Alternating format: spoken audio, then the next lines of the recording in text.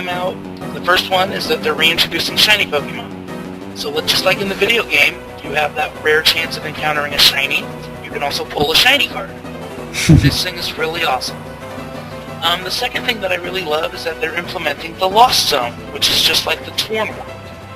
It's a separate thing from the discard pile in the game, which when the cards go there, there's probably no coming back. Yeah, there's nothing in the card game right now that gets them out of there. After the English set that's coming out, Galactic's Conquest, the next Japanese set that we've been talking about, even the Dialga Level X G, it has an attack that sends cards to the Lost Zone. And once they're in there, you can't get them out. So as far as we know, yes, that is correct. So the Lost Zone's a pretty new feature for the card game, especially since we had. Well, I don't really think we've had anything that new in a while. What do you think? I don't think so. The only more radical probably the Level X's is the last. Level X and the forms. That's about it. I don't think they've really ever added anything new to the playmat other than stadium cards, right? Is that right? Yeah, that's correct. So then, so I guess this is new and radical, but. And then the third thing that most of the old collectors would really love. Oh yes. Is that in the original base set, the all-powerful Charizard line, they have reprinted it for Stormfront. Oh, those things are so awesome. Yeah, and they did it with new art too. And they redid the art. They're so beautiful. They're beautiful cards. They did redo the Charizard just to make it a little more clear on what he does.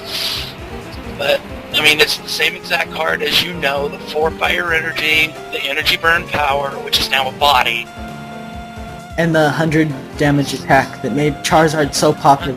I'll tell you what I think they're doing with the Charizard line, because I also noticed in the same set they came out with, in that set particularly, there's 2 new Raichu cards, the Level X and the regular one. And also at the same time during the movie promotion, they came out with a promotion Raichu card, and 3 Raichu cards at once. And it's kind of weird because Raichu, I collect Raichu, and Raichu did not get that much attention during the Ruby Sapphire period of Pokemon fandom. But it's not just Raichu. It's right now the Pokemon Company, especially in Japan, they've been putting out a lot of stuff for the original 151 Pokemon. Yeah. Not just in the card game, but also they have the 151 Pokemon, the T-shirt line. They have been, the movie was a lot more intense. It was more of an adult movie. They've just been I think they've really been trying to rope in adult fans. I don't know. It seems like they finally realized we actually exist.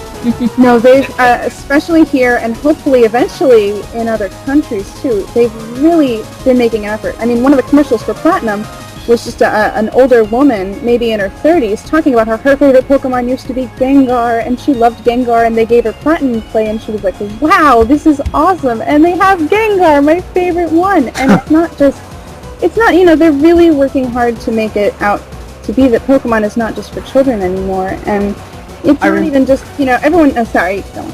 I remember I was recently reading Jason Klaczynski's, let me give a little backstory for a second.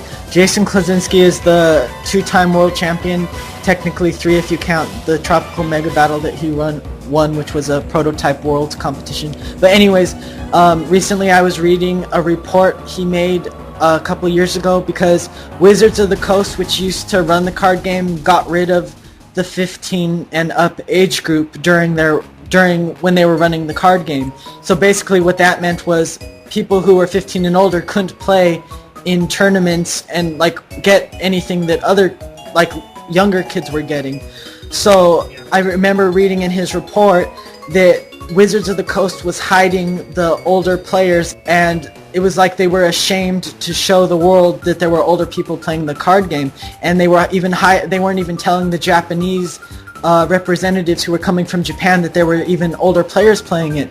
So I think that Japan has finally realized, maybe from coming to Worlds and to coming to all these US events, that there actually is an older fan base and that they should be acknowledging us. And like what you've been saying, Jin, they've released this new 151 shirt line, and they've made the movies a little better.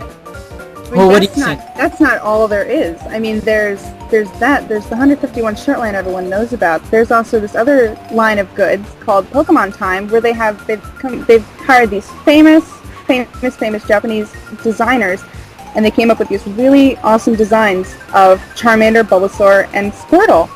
And they've released this whole slew of new things for them. I mean, these little clip-on plushies, not like big plushies that you hug when you go to sleep, but plushies you could clip on a bag, even if you were a teenager in school or an adult going to work. You could clip this thing on your bag and it wouldn't be weird. They have, stationery sets, all this stuff, pens and stuff, just stuff that older people could use. It's not just toys, it's actually useful stuff. And it's officially geared towards adults. That's what the tagline is for Pokemon Time. And they came out with Pokemon Time and the 151 shirt line at the same time. And then they started coming out with all the, they've been hyping all the old Pokemon, all the original ones a lot more in the card game, even in the anime, and making the movies, making the anime a little more mature. I think they've been doing a really good job trying to rope us back in. I mean, some of us didn't need to be roped back in, I'm sure, but, But like with the... I think that's part of it. I mean, Pokemon is, 13 years old in Japan, and it's been around for 10 years in America. The kids who played Red and Blue when they first came out, they're all teenagers, young adults now.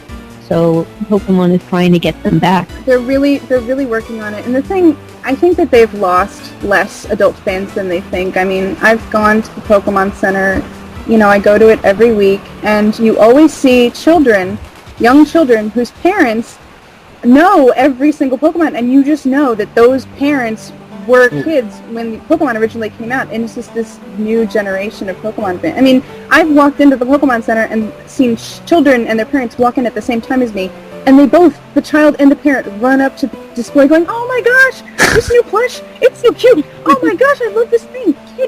The adult doing it as well. Here in America, it's a lot way different than that. I mean, it seems like, I don't personally believe this, but in America it seems like a lot of people are ashamed to admit they like Pokemon. And they are. Raya, Chris, what do you have to say about that? I'm sure you've experienced it a couple of times. I mean, I know I have, but I've been talking too much, so I want to hear what you guys have to say. Go ahead, Raya.